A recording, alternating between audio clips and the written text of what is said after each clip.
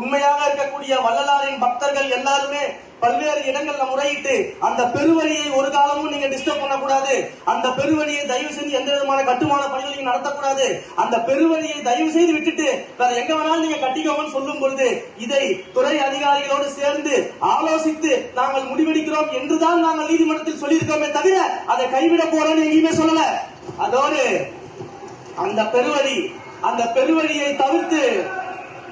அந்த பெருவழியை தவிர்த்து மற்ற இடங்களில் இந்த திட்டத்தை செயல்படுத்துவதாக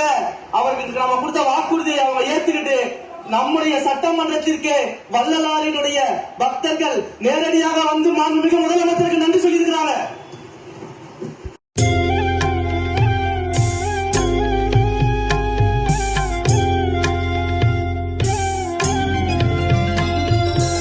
அருட்பெருஞ்சோதி அருட்பெருஞ்சோதி தனிப்பெ